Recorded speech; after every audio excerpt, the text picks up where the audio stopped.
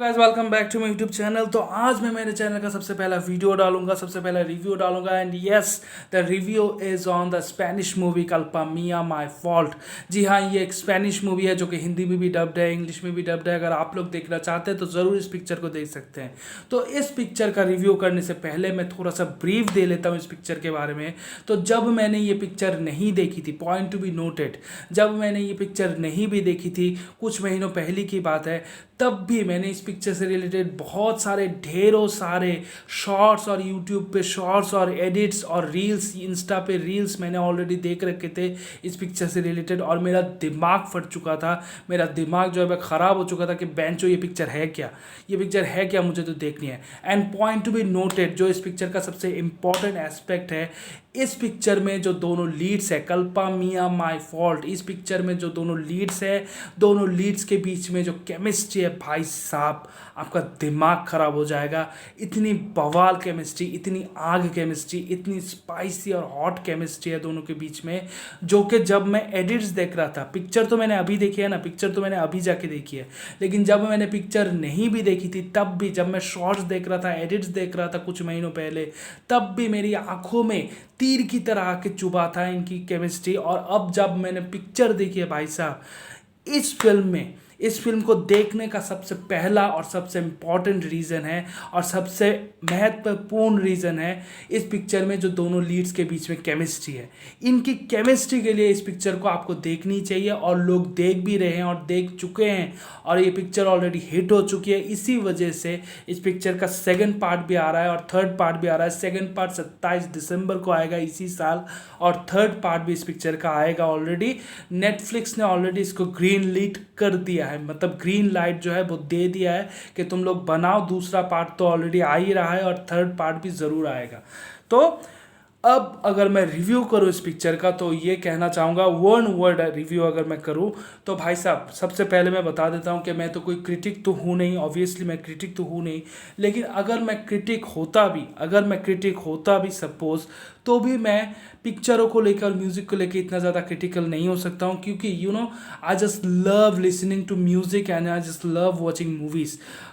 मतलब म्यूज़िक और मूवी मेरी ज़िंदगी है। अगर मेरी ज़िंदगी से मूवी और म्यूज़िक को निकाल दो ना भाई साहब, मतलब औरों का मुझे नहीं पता, I don't give a fuck to anyone, लेकिन मेरी ज़िंदगी के बारे में मैं कह सकता हूँ, मेरी ज़िंदगी में अगर म्यूज़िक और मूवी ना हो तो शायद मैं ज़िंदा भी नहीं रहता। अब तक तो मैं मर चुका होता, लाश बन के गिर चुका होता। तो मैं फिल्मों को लेकर, म्यूज़िक को लेकर उस हद तक, नेक्स्ट लेवल तक मैं क्रिटिकल नहीं हो सकता हूँ। मुझे जो ऑनेस्टली लगेगा वही मैं बताऊँगा, और अभी भी मैं वही बताने वाला हूँ। तो इस पिक्चर का अगर मैं वन वर्ड में रिव्यू करूँ तो भाई, बहुत ही अनपॉपुलर सा रिव्यू शायद आपको लग सकता है, शायद बहुत सारे लोग, ढेरों सारे लोग शायद मुझसे एग्री ना भी करें, लेकिन बहुत सारे लोग शायद मुझसे एग्री करें भी, मुझे नहीं पता, फिंगर्स क्रॉस्ड। लेकिन मुझे, अगर ऑनेस्टली मैं बताऊँ, मुझे पिक्चर अच्छी लगी है, मैंने इन्जॉय किया है, थॉरली इन्जॉय किया। और मैंने सबसे पहले ही बता दिया आप लोगों को कि इस पिक्चर को देखने का सबसे अहम जो रीज़न है वो है इस पिक्चर में जो दोनों लीड्स है, इन दोनों के बीच में जो केमिस्ट्री है, उस केमिस्ट्री के लिए आपको इस पिक्चर को देखना चाहिए। और आप लोग देखिए इस पिक्चर को, आप मेरी बात सुनिए, आप लोग मान जाएंगे, जब आप पिक्चर देखेंगे तब आप मान जाएंगे कि मैं किस बारे में बात कर रहा था, मैं क्या कह रहा था, क्या समझाने की कोशिश कर रहा था, आपको समझ में आ जाएगा। और ऑलरेडी पिक्चर हिट है, हिट इसीलिए हुई है क्योंकि ढेरों सारे लोगों ने ऑलरेडी देख रखी है इस पिक्चर को, और सभी ने केमिस्ट्री की बात की है, और भाई साहब, मुझे ऑनेस्टली नहीं पता कि ये जो लीड्स है, इस पिक्चर के जो दोनों लीड्स है, दोनों के बीच में ऑलरेडी कोई लफड़ा चल रहा है कि नहीं चल रहा है, कोई गुटरगु चल रहा है कि नहीं चल रहा है, कोई अफेयर चल रहा है कि नहीं चल रहा है, मुझे नहीं पता। लेकिन 99% मैं श्योर हूँ कि भाई चल ही रहा होगा इसमें। कोई, मतलब जब आप पिक्चर देखोगे ना, आपको समझ में आ जाएगा एक्टिंग में और रियलिटी में, मतलब रियलिज्म और एक्टिंग में भाई कुछ तो फ़र्क होता है, 19-20 का तो फ़र्क होता है। लेकिन इन दोनों की केमिस्ट्री ऐसी है ना भाई, ऐसी आग, ऐसी फायर, ऐसी केमिस्ट्री, ऐसी हॉट केमिस्ट्री, स्पाइसी केमिस्ट्री, आपको लगेगा ही कि यार ये तो एक्टिंग नहीं कर रहे, नेचुरल कर रहे हैं। मतलब इतना नेचुरल केमिस्ट्री है, आपकी आंखों में चुभेगा केमिस्ट्री। तो भाई, इस पिक्चर को एक तरह से प्रमोट किया है, मतलब प्रमोट किया गया है या प्रमोट हो गया है मुझे नहीं पता, लेकिन जो मेन मेन जो ट्विस्ट कहा जा रहा है इस पिक्चर को, वो ट्विस्ट मैंने पकड़ लिया है, और वो है भाई स्टेप ब्रदर और स्टेप सिस्टर के बीच में एक बहुत ही hot affair, hot steamy affair दिखाया गया है। जी हाँ, जो दोनों लीड्स हैं निक एंड नोआ, जो कैरेक्टर निभा रहे हैं ये दोनों लीड्स निक एंड नोआ, तो निक एंड नोआ स्टेप ब्रदर और स्टेप सिस्टर है, और इन दोनों के बीच में अफेयर दिखाया गया है। ठीक है, तो ये एक ट्विस्ट की तरह दिखाने की कोशिश की है कि भाई देखो ये स्टेप ब्रदर और स्टेप सिस्टर है, और ये फिल्म इतनी ज़्यादा टॉक्ड अबाउट इसीलिए है, इतनी ज़्यादा टॉक ऑफ द टाउन इसीलिए है क्योंकि लोगों के बीच में कि भाई साहब ये क्या स्टेप ब्रदर और स्टेप सिस्टर दोनों के बीच में, मतलब स्टेप ब्रदर जो है स्टेप सिस्टर की ले रहा है, मतलब ये क्या दिखा रहे हैं भाई साहब। तो मेरे लिए ये ट्विस्ट जो है इतना ज़्यादा वर्क नहीं करती है, क्योंकि भाई साहब देखिए, अगर अगर अच्छी तरह से मेरी बात को सुन लीजिए, थोड़ा सा समझ लीजिए, अगर इस पिक्चर में ये दिखाते कि दोनों के पेरेंट्स सेम हैं, ठीक है, एक ही माँ बाप के बायोलॉजिकल, मतलब बायोलॉजिकल ब्रदर एंड सिस्टर है, अगर ऐसा दिखाते तो मैं बहुत ज़्यादा शॉक होता, और मैं भर भर के गालियाँ देता, और मैं खुद भी कहता कि भाई क्या घटिया चीज़ दिखा रहे हैं, क्या चूतियाबंदी दिखा रहे हैं। मैं ये कहता अगर दोनों के पेरेंट्स बायोलॉजिकल ये लोग ब्रदर एंड सिस्टर होते, दोनों के पेरेंट्स सेम होते, तो मैं ये कहता। अगर दोनों के पेरेंट्स सेम ना भी होते, अगर बाप सेम होता कि दोनों के बाप सेम है, ठीक है, पेरेंट्स सेम नहीं है लेकिन बाप सेम है दोनों के, तब भी मैं गाली देता, और तब भी मैं यही कहता कि क्या घटियापंथी, क्या चूतियाबंदी दिखा रहे हैं, इतना घटिया कैसे दिखा सकते हैं। लेकिन यहाँ पर ऐसा कुछ भी नहीं दिखाया भाई साहब। यहाँ पर ऐसा दिखा है कि दोनों के माँ बाप जो हैं, ये दोनों के माँ बाप है ही नहीं, दोनों के माँ बाप अलग हैं। मतलब अलग कैसे है मैं बताता हूँ, सुनो मेरी बात को ध्यान से सुनो। यहाँ पर ऐसा दिखाया है कि लड़की की जो माँ है, जो हीरोइन की माँ है, वो डोमेस्टिक वायलेंस का शिकार होती है बचपन से ही। दोनों ही माँ बेटी दोनों ही, जो उसका बाप होता है, हीरोइन का जो बाप होता है, वो एक नंबर का हरामी होता है, हीरोइन की माँ को टॉर्चर करता है, डोमेस्टिक वायलेंस करता है घर में, और इसीलिए जो लड़की है, जो हीरोइन है, वो भी ट्रॉमा में रहती है, माँ भी ट्रॉमा में रहती है। तो अब जो है फाइनली, मतलब फिल्म की शुरुआत वहाँ से होती है कि फाइनली जो है माँ जो है बाप को छोड़ चुकी है, और लड़की भी अब बरी हो चुकी है। लड़की ने गवाही दी थी बाप के विरुद्ध जाके, बाप के अगेंस्ट जाके गवाही दी थी, और बाप जो है जेल में है, और अब लड़की जो है बरी हो चुकी है, और उसकी माँ भी इस रिश्ते से निकल चुकी है, उस ट्रॉमा से लगभग निकल चुकी है। अब जो है हीरो का जो बाप है, हीरो के बाप के साथ हीरोइन की माँ की शादी हो जाती है। इस तरह से ये दोनों स्टेप ब्रदर और स्टेप सिस्टर है।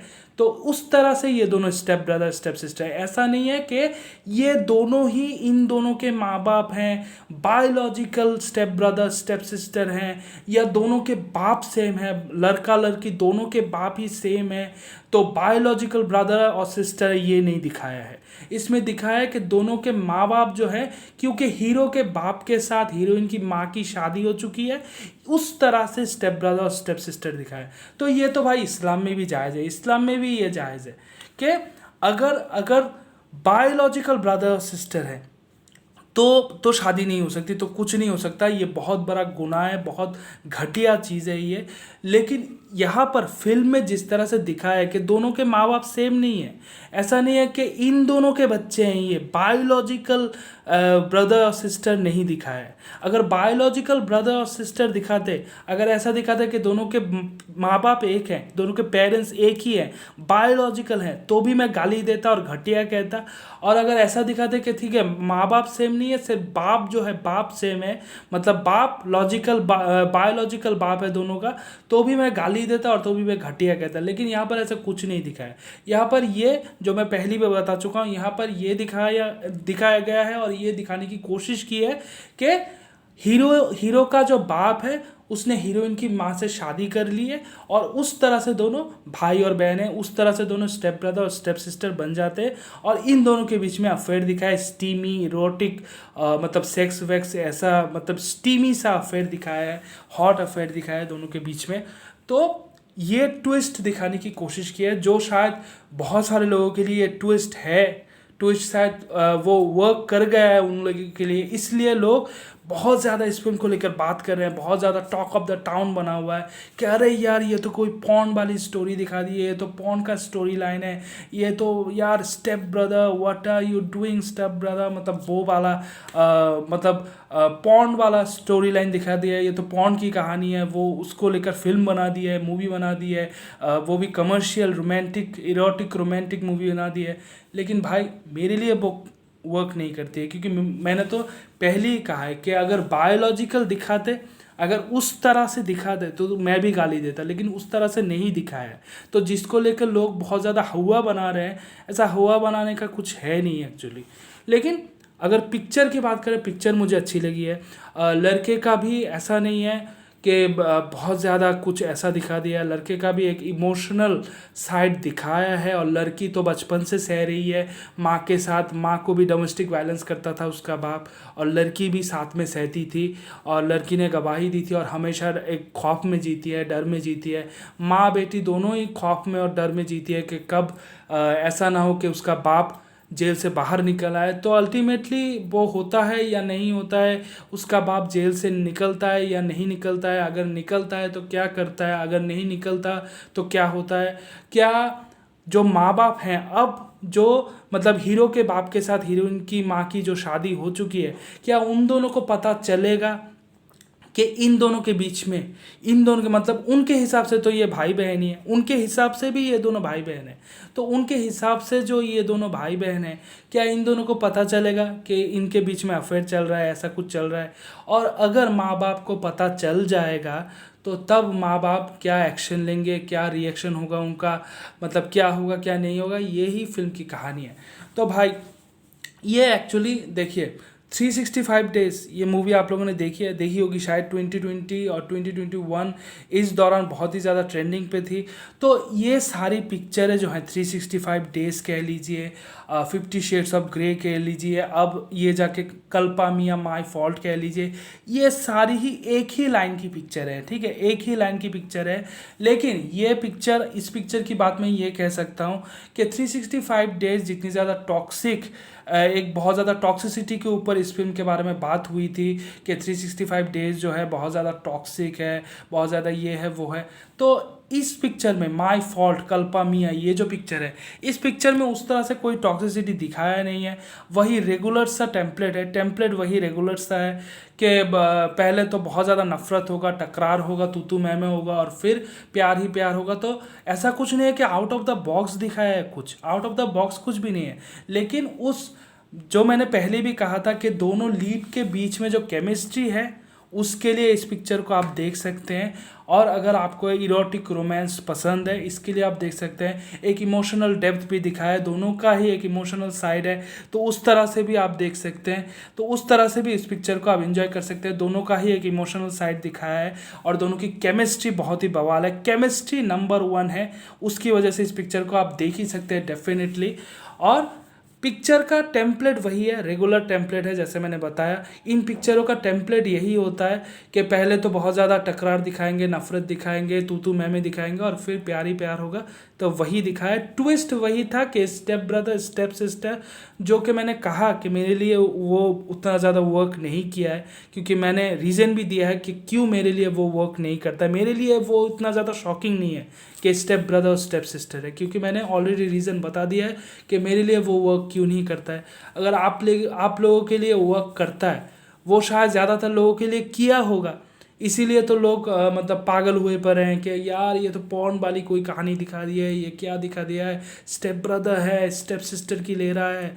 तो लोगों के लिए शायद ये बहुत ज़्यादा शॉकिंग था, लेकिन मेरे लिए तो शॉकिंग नहीं है, क्योंकि मैंने ऑलरेडी रीज़न बता दिया है। तो ऑफ कोर्स आप मूवी को देख सकते हैं। इमोशनल एक डेप्थ भी दिखाया है, ऐसा नहीं है कि 365 डेज़ की तरह के कोई इमोशनल डेप्थ नहीं है। और 365 डेज़ की भी मैं अगर एक बात करूं, मुझे ना जो फर्स्ट पार्ट आया था 365 डेज़ का, फर्स्ट पार्ट मुझे बहुत अच्छा लगा था, बहुत अच्छा लगा था, पसंद आया था मुझे। ऐसी पिक्चर मुझे अच्छी लगती है, जो एनवायरनमेंट होता है, जो एटमॉस्फेयर होता है, जो सिनेमेटोग्राफी होती है, सब मिला के मुझे अच्छी लगती है ये पिक्चरें। लेकिन सेकेंड पार्ट और थर्ड पार्ट मुझे लगा था कि थर्ड पार्ट कम से कम बहुत अच्छा होगा, क्योंकि माइकल मोनरो ने इंस्टा पे एक टीज़र डाला था थर्ड पार्ट का। वो टीज़र देख के मुझे लगा था कि ठीक है एक इंटेंस कुछ दिखाएंगे, लेकिन ऐसा कुछ दिखाया नहीं। सेकेंड पार्ट और थर्ड पार्ट जो है 365 डेज़ का वो बहुत ज़्यादा बकवास है। तो इस पिक्चर को आप देख ही सकते हैं। लाइक करें, कमेंट करें, शेयर करें और अपना ओपिनियन ज़रूर बताएं कमेंट सेक्शन में। Thank you very much. हasta la vista बेबी।